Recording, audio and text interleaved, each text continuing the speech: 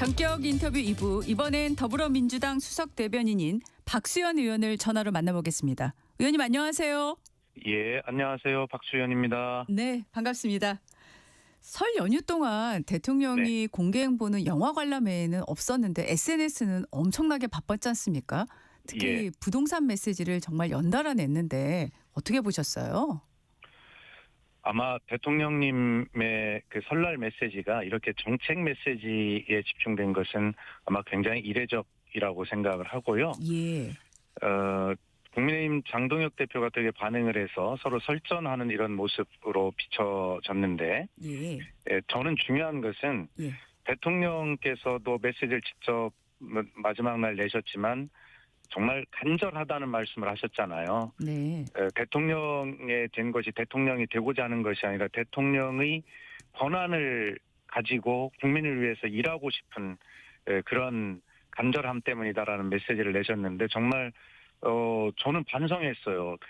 국회의원인 제가 대통령보다 간절할까라고 하는 것에 대해 돌아보게 됐는데 네. 장동혁 대표가 그것을 불효자는 옵니다라고 하면서 이렇게 반응하면서 마치 이것이 설전처럼 그렇게 비춰졌는데 대통령께서는 설날을 통해서도 이 만국병이라고 하는 이 집값 이것을 반드시 잡아야 되겠다. 이래야 청년의 꿈이 생기고 대한민국이 지속 가능성이 확보되겠다라고 하는 이 간절한 마음을 설날 메시지를 통해서도 전하고 싶었고 또 그만큼 설날에 전하는 메시지만큼 전달력이나 파급 효과도 저는 컸다고 생각하거든요. 네. 대통령의 정책 의지와 정책 목표 방향이 더욱 선명해진 그런 설날 메시지였다 그렇게 생각을 합니다. 지금 앞서 저희 프로그램에 신동욱 의원이 출연을 하셨는데 네. 국민의힘에서는 다주택자를 악마화한다. 그리고 지금은 사회학을 다주택자가 아니라 정치인으로까지 몰고 간다. 지금 이렇게 비판을 하고 있는데 어떻게 반박하시겠습니까? 그건 반박할 필요도 없고요. 이 집값 문제가 지금 얼마나 큰 문제인지 무주택 서민들의 생존권 문제이기도 하고 우리 청년들이 미래를 담보하는 그래서 대한민국의 지속 가능성을 보장하는 이런 문제지 않습니까? 예. 근데 이것을 역대 어느 정권도 강한 의지를 가지고 했지만 해결하지 못했어요.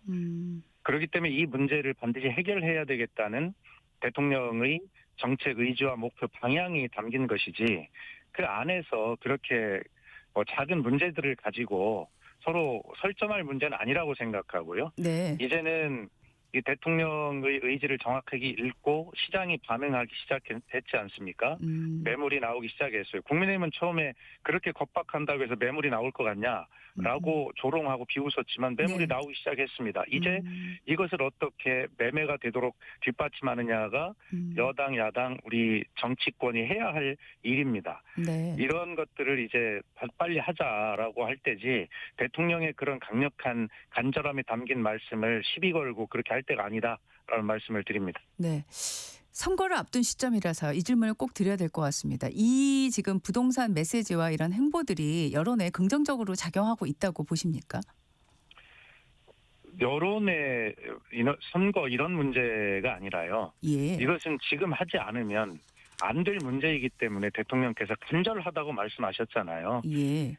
그래서 대통령의 임기 초에 가장 여러 가지 메시지들이 집중이 되고 대통령의 말씀이 바로 실행이 될 수 있는 그런 강력한 힘을 가진 이 집권 초에 이 문제를 해결하지 못하면 안 된다. 시간이 얼마 없다라고 하는 그런 간절함을 대통령은 가지고 계신 것이고요. 네.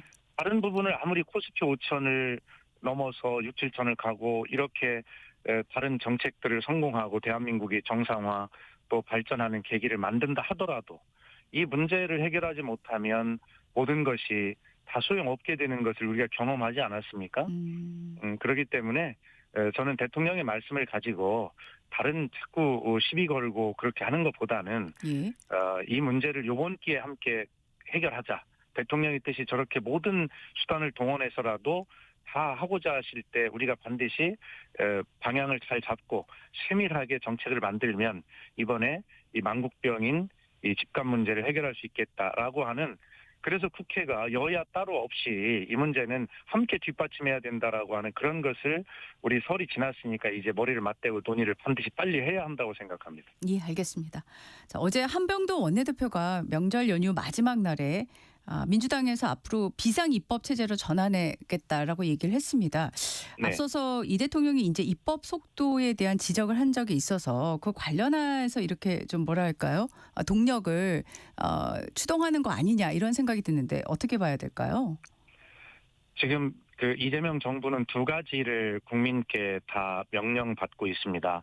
하나는 윤석열 정권이 일으켰던 내란을 확실하게 청산하고 그것을 뒷받침하는 또 개혁 입법을 해야 되지 않습니까? 네. 그 한 가지가 있고 또 그 윤석열 정권 동안 무너졌던 민생을 빨리 회복시키고 시켜야 되는 두 가지를 다 가지고 있는데 네네.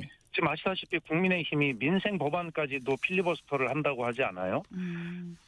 민주당이 아무리 하고 싶어도 네. 지금 할 수가 없는 구조인데 그러면서 민주당은 그 와중에도 이 개혁 입법, 소위 검찰개혁 후속 입법과 사법개혁 입법 등 이런 것을 빨리 했어야 됨에도 불구하고 네네. 국민의힘을 어떻게 해서든지 설득시켜서 민생 법안을 먼저 계속 처리를 해왔어요.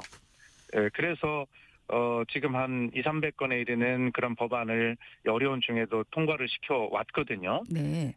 민주당은 이제 그러면서도 이 내란을 청산하고 대한민국 민주주의를 더 굳건하게 하는 이 개혁 입법의 처리도 이제는 더 미룰 수가 없는 상황에 와 있습니다. 네. 그렇기 때문에 한병도 원내대표가 이야기한 대로 이제 국민의힘이 필리버스터로 이걸 막으려고 할 것도 예상을 하지만 그럼에도 그래서 하나씩 돌파하면서 미뤄왔던 민생 때문에 미뤄왔던 이 개혁 입법을 이제 설이 지났기 때문에 예고한 대로 네. 이 문제를 차곡차곡 처리를 해나갈 때가 되었습니다.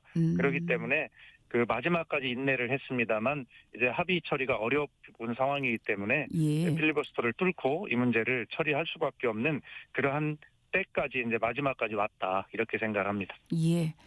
대법원이 그런데 어제 그 보도 참고 자료로 재판 소원제에 대해서 강력하게 반대하는 취지의 내용을 담았거든요. 어떻게 보셨습니까? 예, 그 대법원은 그런 의견을 한두 번 낸 게 아니죠. 그러나 또 헌법재판소는 이 문제에 대해서 다른 의견을 분명하게 내고 있습니다.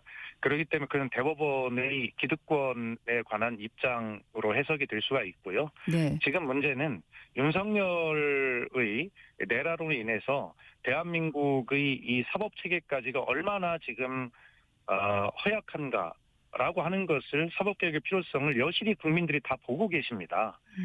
이런 앞에도 대법원이 예를 들어서 그런 기존의 질서, 구체제, 기득권 이런 것들을 지키기 위해서 계속 헌법재판소 우연 문제는 결과적으로 헌법재판소가 판단하게 돼 있지 않습니까? 네네. 그런데 그렇게 계속 의견이 나왔는데도 불구하고 자기 자신들의 입장을 계속 그렇게 이야기하는 것은 이 내란 청산 과정에서 보여주었던 이 사법 질서의 개혁 필요성에 대해서 공감하지 못하고 있다라고 하는 그런 생각을 갖게 되고요. 그러나 역사라고 하는 것은 그렇게 한 번에 다 갈 수는 없지만 그렇게 이런 어떤 것들이 쌓여서 그렇게 발전해 가는 것이라고 생각하고 이번에는 반드시 그런 어떤 사법개혁의 필요성들이 쌓여서 이루어지는 사법개혁 조치인 만큼 대법원도 법원도 이에 대해서 본인들의 발걸음을 성찰하면서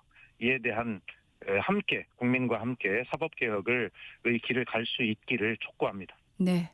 자, 22일 의총에서 검찰 그리고 사법개혁 막바지 쟁점 조율이 나설 걸로 보여지는데 지난번 그 공소청의 보안수사권 존치 여부와 관련해서 보안수사 요구권을 부여하는 방향으로 당론을 정하셨잖아요. 이게 네. 변함없이 유지가 될까요? 이런 입장이요? 그건 뭐 지금 예상할 수 없습니다. 그러나 충분한 대화를 해왔고요. 그 공소청법과 중수청법은 이번에 그 보안수사권이나 보안수사 요구권과는 별개의 문제로 설치법이기 때문에요. 네. 그 지금 말씀하신 보안수사권, 보안수사 요구권 이 문제는 형사소송법으로 이후에 처리를 할 문제거든요. 네. 그러나 연관이 돼 있기 때문에 함께 논의를 하긴 하는데 예예. 이번에는 검찰개혁의 후속 조치로 이루어지는 공소청과 중수청 설치법에 관한 것이기 때문에 그 지금 말씀하신 보안수사권이나 보안수사 요구권 문제와는 조금 결이 다른 방향에서 처리가 될 것입니다. 알겠습니다. 지금 대미투자 특별법 처리를 위해서 특위를 구성했는데 첫 회의부터 사실상 파행되지 않았습니까? 그렇습니다. 예, 예. 지금 뭐 미국에서는 일본에서 대미투자 프로젝트 세 가지 사업이 결정됐다 이런 보도도 나오고 있는데 네. 이 대미투자 특위와 관련해서는 민주당에서 어떻게 대응하실 생각이신 건가요? 그러니까 이 문제는 국민의힘도 잘 알고 있는 문제잖아요. 네. 그럼 트럼프 행정부가 대미투자에 관한 대한민국 국회의 후속 조치가 늦다라는 이유로 지금 압박을 하고 있는 것 아닙니까? 더구나 네. 앵커께서 말씀하신 대로 일본은 대미투자 첫 번째 프로젝트가 지금 결정이 돼서 발표가 됐기 때문에 우리를 더욱 압박하겠죠. 이런 와중에 다른 어떤 정치적인 해석들로 이어지는 그런 입법들, 사법개혁이나 검찰개혁 이런 것들과 섞어가지고 이 문제를 국민의힘이 특위조차 방해한다면 그것은 국민의 민생에 죄를 짓는 일이죠. 이 문제에 대해서는 정확히 구분을 해서 국민의힘도 대한민국 국회가 져야 할, 또 해야 할 책임의 당사자라고 하는 그런 생각을 분명하게 가져주기 바랍니다. 예를 들어서 다른 말씀드린 대로 네. 검찰개혁, 사법개혁 등의 입법과 국민의힘이 저희와 의견을 달리할 수 있습니다. 그러나 대미투자특별법과 그 후속 조치, 특위 가동 이런 문제와는 이건 전혀 별개의 문제이기 때문에 국민의힘이 이 문제는 정확하게 가려서 해주기 바랍니다. 네. 지방선거 관련한 질문을 좀 하겠습니다. 혁신당에서는 지금 선거 연대와 관련해서 내란 청산 연합이라면 어떤 방식이든 마다하지 않겠다. 민주당의 입장 정리가 먼저다. 이렇게 얘기를 했어요. 이 민주당 네. 입장은 뭔가요? 예. 근데 돌아보면 설 전에 조국 혁신당과의 지방선거 전 합당이 지방선거 후 합당으로 보류되지 않았습니까? 네. 예, 그러면서 함께 발표한 게 설이 지나면 민주당은 이 추진위원회를 구성할 것이다라고 이미 말씀을 드렸어요. 예예. 그렇기 때문에 이제 설이 지났으니 이제 이번 주 또 다음 주 초까지 그런 추진위원회가 이제 구성 발표될 것이고요. 네. 지금 조국 혁신당이 설 전부터 계속 말씀하셔왔던 그런 많은 내용들은 이 단위에서 서로 필요한 만큼 또 방향과 내용과 이런 것들을 이 단위에서 이제 논의를 해 가면 될 일이기 때문에 네네. 지금까지 조국 혁신당의 그런 입장은 잘 들었다 이런 정도 입장을 유지하고 이제 그 추진위원회가 구성이 되면 필요하면 네네. 그 단위에서 필요한 일을 논의하면 될 일이다 이렇게 생각을 합니다. 그 준비위 구성과 관련해서 혹시 물밑 조율이 설 연휴 기간에도 있었을까요? 이 문제는 우선 각 당의 준비위원회를 구성하는 것이 먼저지 않습니까? 네. 그렇기 때문에 네네. 저희 당은 이 위원회를 어떻게 구성할 것인가라고 하는 그런 논의는 당 대표를 중심으로 구상은 있었습니다만 이것을 아직 각 당이 추진위원회를 구성도 하지 않았는데 선거 연대를 위한 물밑 접촉을 한다든가 이런 것은 아직 시기상조입니다. 우선 저 민주당의 이 추진위원회를 구성하는 문제부터 마무리하고 그리고 나서 필요하다면 필요한 내용들을 논의하게 될 것이다. 이렇게 보시면 되겠습니다. 그 당 차원의 준비 구성과 관련한 준비 작업은 이번 주나 다음 주 초에 진행이 되겠네요. 아무래도 그렇게 예상할 수 있습니다. 네, 알겠습니다. 혁신당에서 여러 제안을 했는데 지금 광주시장, 대구시장 결선 투표제 그리고 광역 지방자치단체 의원 무투표 당선 금지법을 시범적으로 도입하자. 그리고 특히 민주당 귀책 사유로 재선거가 치러지는 전북 군산, 경기 평택을에 민주당 무공천 거듭 강조했는데 어떻게 들으셨습니까? 예, 조국 혁신당의 입장은 충분하게 잘 들었고요. 또 조국 혁신당은 또 그렇게 주장할 수 있다고 생각을 합니다. 그러나 그것이 이번 지방선거에 어느 수준까지 선거 연대를 한다면 이루어질 것인지 그것은 좀 차분하게 우리가 준비된 준비위원회에서 네. 그것을 논의해갈 문제지 그렇게 막 주장하거나 제안할 내용은 아니라고 생각하거든요. 예. 조국 혁신당도 그런 내용을 잘 알 것입니다. 음. 지방선거 이제 공천을 앞두고 시간이 얼마 없기 때문에 이제 마음이 급할 수 있습니다. 그러나 아무리 급하다고 해서 그냥 막 무질서하게 할 수는 없지요. 급할수록 돌아가라는 말이 있다고 차분하게 해야 되고요. 네네. 우리 속담에도 바늘 허리에 실을 묶어서 바느질을 할 수 없어요. 실을 바늘 귀에 차분하게 꿰어서 바느질을 해야 촘촘하게 바느질이 되지 않겠습니까? 네네. 그래서 정해진 순서대로 차분하게 그렇게 논의를 해가면 될 일이고 우선 민주당은 그런 방향과 선거연대의 방향과 내용에 대해서 아직 뭐 논의하거나 정한 바가 없습니다만 민주당은 이번 주에 그 준비위원회를 구성하는 일을 아마 마무리하게 될 것이다 이렇게 말씀드리겠습니다. 예. 자, 설 연휴 전에 이른바 전당대회 돈봉투 의혹 사건 항소심에서 전부 무죄 판결을 받았죠. 송영길 전 대표가 내일 복당 신청을 할 예정이다. 이런 보도가 나왔습니다. 내일 신청을 하면 바로 복당이 되는 건가요? 아마 그 복당에 대해서 환영한다는 입장을 이미 수석 대변인인 제 명의로 논평을 바로 발표를 설 전에 했고요. 예. 그렇기 때문에 복당 절차에는 큰 무리는 없을 거다 생각을 합니다만 민주당에는 그런 복당 절차 그런 심사를 하고 하는 여러 가지 절차들이 시스템으로 마련이 돼 있기 때문에 예. 그런 절차들을 밟게 될 것입니다. 그러나 큰 어떤 뭐 무리 없이 진행은 될 텐데 복당 신청을 하자마자 바로 그날 복당이 될 것이다라고 그렇게 말씀드릴 수는 없고요. 예. 그런 절차를 밟아서 무리 없이 자연스럽게 그 복당을 환영하는 그런 분위기 속에서 그렇게 진행이 될 것으로 봅니다. 네. 송 전 대표가 지금 복당을 언급을 하면서 지금 오선을 지냈던 개항을 출마를 기정사실화했어요. 어떻게 판단하십니까? 예, 제 개인적 입장으로 보면 역지사지로 송영길 전 대표와 입장을 바꿔놓고 생각하면 뭐 당연한 마음이죠. 그걸 충분히 이해할 수 있습니다.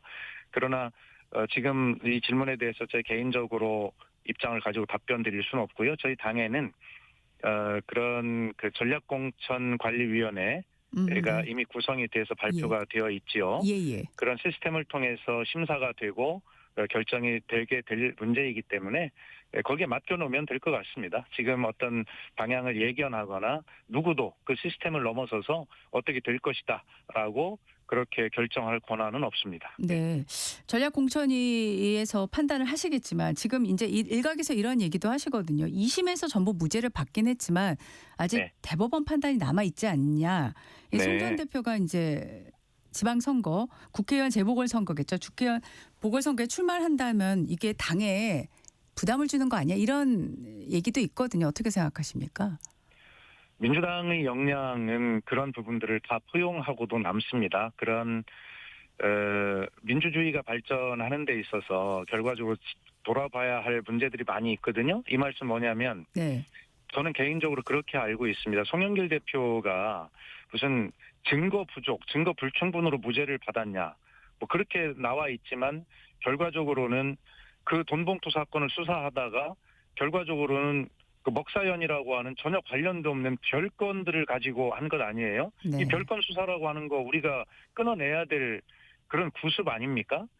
그런데 그런 문제들을 가지고 유죄를 받았던 그런 부분을 2심에서 이건 별건 수사이기 때문에 이것은 무죄를 받은 것이에요. 그렇기 때문에 대법원의 판단이 남아있다라고 그렇게 미루는 것은 전혀 민주주의 어떤 그런 원칙 뭐 이런 것들 또 검찰을 개혁해야 된다라고 하는 이 시대의 이 정신상 볼 때 송영길 대표는 굉장히 별건 수사를 당해서 억울하게 유죄를 받은 것이죠. 그것을 대법원까지 기다려야 한다라고 하는 것도 네. 저는 문제가 있다고 개인적으로 생각합니다. 그러나 이 많은 것들은 역시 사법 시스템 현재의 사법 시스템도 시스템이기 때문에 그것도 존중해야 하고 네네. 또 당의 시스템도 강하게 작동을 해서 그런 여러 가지 국민의 눈높이, 당원의 눈높이 이런 것에 맞게 많은 것들이 질서 있게 진행이 될 것이다 이렇게 생각을 합니다. 예. 네. 자, 오늘 오후 3시죠. 이제 윤석열 전 대통령 내란죄에 대한 1심 선고가 나오는데 이미 특검팀이 이제 법정 최고형인 사형을 구형을 한 상황입니다. 1심 재판부에서 어떤 선고를 내릴 걸로 위원님께서는 예상하시나요?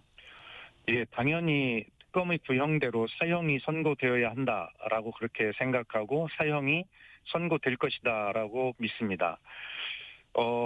윤석열 내란 수계에는 정말로 그동안에 국민께 단 한 번도 사과나 사죄의 말씀을 한 적이 없어요. 감형될 이유가 전혀 없습니다. 네. 그렇기 때문에 이 문제는 구형대로 선고되는 것이 마땅하다 그렇게 생각합니다. 네.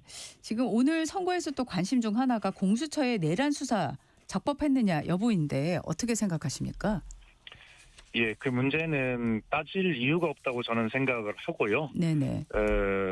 그런 것이 적법했다라고 하는 것은 여러 과정에서 이미 저는 밝혀졌고 합의가 됐다 그렇게 생각을 합니다. 그 문제는 뭐 따질 문제가 저는 아니다라고 개인적으로는 생각하고 있습니다. 네. 지금 오늘 선거에서는 또 김용현 전 국방부 장관이라든가 조지호 경찰청장에 대한 전 경찰청장에 대한 판단도 나올 텐데요. 네. 이분들에 대한 선고는 어떻게 예상하세요? 예, 당연히 그 똑같은 원칙이 적용이 될 거라고 생각을 해요. 네. 이미 한덕수에 대한 그런 선고나 나머지 여러 선고들이 지금 이야기하고 있잖아요. 내란을 분명하게 인정하고 있는 이진관 재판부의 판결이나 네. 그 뒤에 또 나온 재판부에서도 나머지들을 내란 집단이라고 그렇게 이야기를 하고 있잖아요. 네네. 그렇기 때문에 지금 윤석열과 그 일당들이 주장하고 있는 그런 논리들 이런 것들은 전부 다 오늘의 사형 선고로 또 그에 준하는 그러한 김영현과 등에 관한 그런 선고로 전부 그들의 주장이 깨지게 될 것이다 그렇게 생각합니다. 네. 자, 권창영 특검이 이끄는 2차 종합특검도 지금 24일까지 준비를 마치고 이제 본격적으로 수사에 나설 걸로 보이는데 네. 수사 대상 17개 가운데 7개가 내란 특검 사건이에요. 그런데 지난 3대 특검에서 또 일부 특검의 부실 수사 논란도 있거든요. 지금 예, 2차 예. 종합특검에서는 어떤 예. 부분에 초점을 맞춰서 이 수사를 진행해야 된다고 생각하십니까?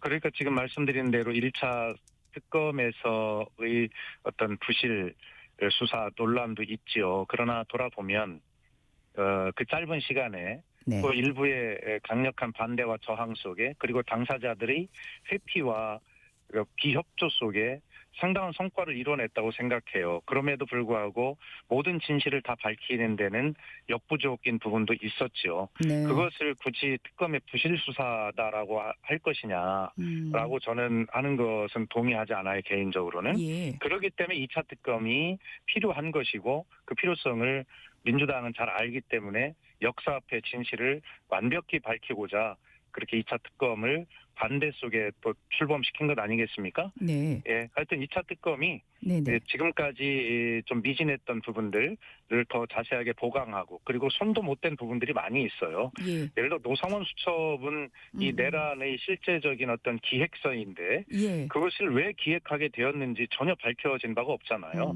그런 부분들에 대해서 정확하게 진상을 밝혀내야 대한민국 민주주의가 다시는 위협받지 않는다 이런 말씀을 드리고 특히 또 김건희 특검은 손도 못 댄 것이 워낙 많아요. 김건희 특검이 16개인가 뭐 혐의를 가지고 했는데 네. 그걸 그 짧은 시간 어떻게 하겠어요. 그래서 예, 예. 그런 부분까지도 명백하게 밝히는 것이 우리 후세를 위해서 대한민국 민주주의를 굳건하게 하는 길이다 이렇게 생각합니다. 네. 그 1심 선고를 하루 앞두고 장동혁 대표가 어제 인터뷰에서 전륜에 대해서 여러 차례 말을 했다면서 전환이 더 중요하다 이렇게 얘기를 했는데 이 네. 발언 어떻게 들으셨어요? 예, 전륜이라고 하는 것을 할 생각이 없다라는 뜻으로 그렇게 들었습니다. 그래서 그 장동혁 대표가 네. 그 전당대회에서 당대표 당선되기 위해서 일시적으로 그런 전략을 쓴 것으로 저는 이해를 하고 반드시 전환이 있을 것이다라고 생각을 했는데 윤석열을 면회를 감으로써 그 전환의 기회를 포기했어요. 그 기회를 놓친 겁니다. 오늘 선고가 나오면 이에 네. 대해서 명확한 입장을 하고 절연하는 것의 태도를 보여줘야 살 길이 생기는데 결과적으로는 지금 태도를 보면 그런 길을 포기한 것 같고 살 길을 포기한 것 같습니다. 결과적으로 대한민국에 그들이 그렇게 이야기하는 자유민주주의 그 정당으로서 이것이 살아남는 것이 가능한 것인가? 이름만 바꾼다고 그것이 가능한 것이냐라고 하는 문제에 대해서 국민께서 눈 크게 뜨고 지켜보고 계시다는 사실을 명심하고 바라기는 오늘 선거 이후에 국민의힘의 그런 메시지와 방향을 180도 바꾸는 것, 이것이 그야말로 생존의 마지막 기회다라고 하는 것을 명심하기를 바랍니다. 알겠습니다. 자, 지금 지역 통합이 큰 관심사가 되고 있는데 특히 이제 대전 충남 행정 통합은 지역에서 또 반대 목소리가 점점 커지는 모양새예요. 이 지선 전에 대전 충남 통합도 잘 마무리가 될 걸로 예상하십니까? 반드시 되어야 합니다. 대전 충남 통합을 가장 먼저 시작을 했지요. 그것은 현재 국민의힘의 단체장인 충남도지사와 대전시장이 가장 먼저 시작을 했습니다. 그렇기 때문에 이재명 대통령께서도 이걸 해보자라고 제안하신 것은 무엇이냐면 네. 상대방이 먼저 제안했으니까 우리가 이걸 수용하면 상대방이 반대하지 못할 것이어서 추진의 동력이 확실히 생길 것이다. 이렇게 대통령은 생각하셨거든요. 그런데 자기들이 먼저 주장한 것을 자기들이 반대하고 나섰어요. 이번에 그 설에 우리 지역에 보니까 네. 그냥 그 대전 충남 통합 반대하는 현수막이 이름도 모를 이상한 괴 단체들의 명의를 빌어서 예. 국민의힘이 대놓고 반대하는 현수막도 붙이지 못하고요. 그런 무슨 우익 보수 시민단체, 이름도 없는 이런 단체들을 사주해서 그렇게 현수막을 걸어서 설날에 온 주민들이 불안해했어요. 네. 지역에서 반대 목소리가 커지는 것이 아니라 예. 국민의힘의 반대가 가시화되고 있는 것입니다. 국민들은 왜 저 사람들이 먼저 시작을 해놓고 왜 반대를 하느냐라고 저한테 물어요. 무슨 뜻이 있냐고. 그래서 지역의 반대의 목소리가 아니라 네. 그렇게 국민의힘이 찬성하다가 반대로 돌아선 그런 이상한 모습만 지금 보이고 있는 것이어서 불안해하고 있는 것인데 예. 이렇게 말씀을 다시 한번 드리면 대전 충남 통합만 있을 때는 내용을 좀 더 보강하자고 이렇게 전략적으로 반대를 해볼 수도 있어요. 네. 그래 하나로 더 얻어낼 거 아닙니까? 네네. 그런데 지금은 광주 전남과 대구 경북이 네. 지금 앞서가고 있습니다.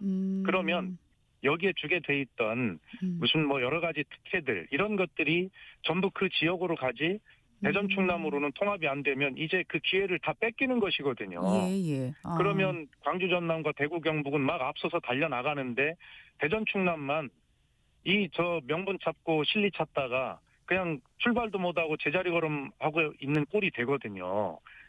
많은 기회를 놓치게 된다는데 더 큰 문제가 있기 때문에 네네. 이 부분은 일단 이번 본회의에서 통과를 반드시 네. 대전 충남 특별법을 광주 전남 대구 경북과 함께 통과를 시켜서 부족하다면 네. 그 이후에 또 보완할 기회가 얼마든지 있습니다. 네. 예. 알겠습니다. 네, 네. 오늘 말씀 여기까지 듣겠습니다. 고맙습니다.